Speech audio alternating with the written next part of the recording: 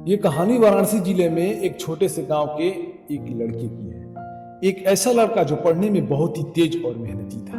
वो लड़का होनहार के साथ साथ व्यवहारिक भी था। उसके गांव के लोग कभी उसकी बुराई नहीं किए थे। उस लड़के के पढ़ाई में टक्कर देने वाला उसके क्लास में कोई नहीं था। इसी वजह से वो अपने स्कूल के टीचर व अपने क्लास के बच्चों का भी चाहता था। उसके टीचर और उसके गांव वाले यही कहते थे कि ये लड़का पढ़ लिख कर बहुत आगे तक जाएगा।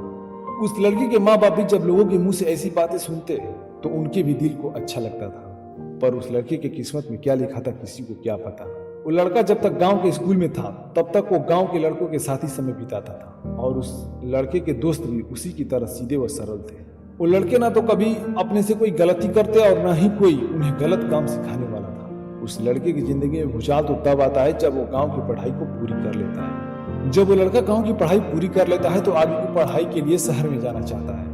उसके माँ बाप की भी यही इच्छा थी कि उनका बेटा जहां तक पढ़ना चाहता है हम उसे पढ़ाएंगे। वो लड़का अपने शहर के एक पॉलिटेक्निक कॉलेज में दाखिला ले लेता है और वहीं रहकर पढ़ने के लिए उसी कॉलेज के हॉस्टल में व्यवस्था कर लेता है। उस लड़के के माँ बाप को भी कोई आपत्ति नहीं होती है। वो खुशी खुशी जितना पैसा लगा उन्होंने लगा दिया और यहीं से शुरू होती है उस लड़के की जिंदगी की असली कहानी कि वो क्या बनने आया था और क्या बन जाता है।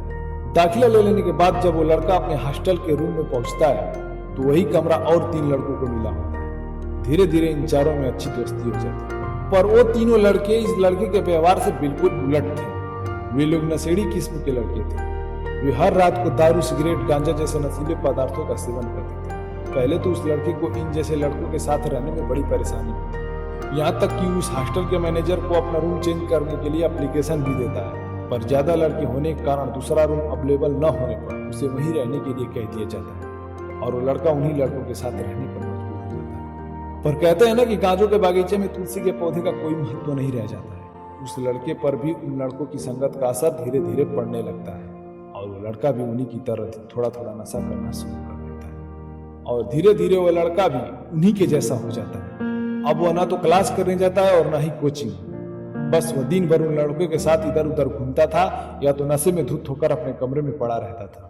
अब उसकी नशे की लत इतनी ज्यादा बढ़ गई कि अब उसके पैसे कम पड़ने लगे।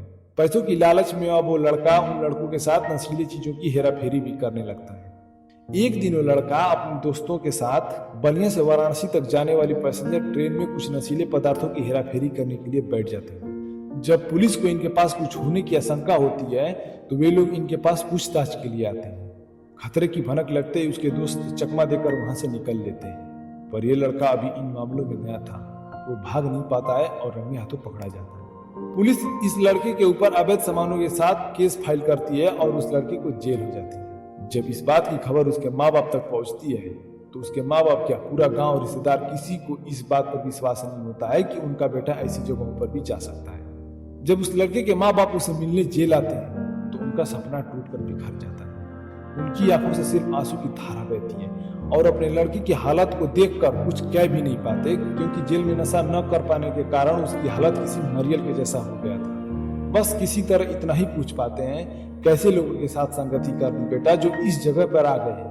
ये घटना उस लड़के की माँ के द्वारा ही बताया गया है और इस घटना के पात्रों के नाम और पता इससे ज्यादा नहीं बता सकता क्योंकि इसकी इजाजत नहीं है। तो दोस्तों, आप भी पढ़ते लिखते होंगे और आपके भी दोस्त होंगे और आगे भी नए दोस्त बनेंगे। पर मेरे दोस्त, हमेशा संगति अच्छे लोगों की करना। अगर अच्छे ना मिले तो अकेले रह लेना, पर बुरे लोगों के साथ मजबूरी में भी मत रहना क्योंकि बुरे लोगों के एक पल का साथ आपको पूरी जिंदगी अकेला कर सकता है। अगर ये सच्ची घटना पर आधारित कहानी आपको अच्छी लगी हो तो हमारे इस चैनल को सब्सक्राइब जरूर कर लें क्योंकि हम ऐसी सच्ची घटना पर आधारित कहानियां लाता रहता हूँ। वीडियो को पूरा देखने के लिए धन्यवाद।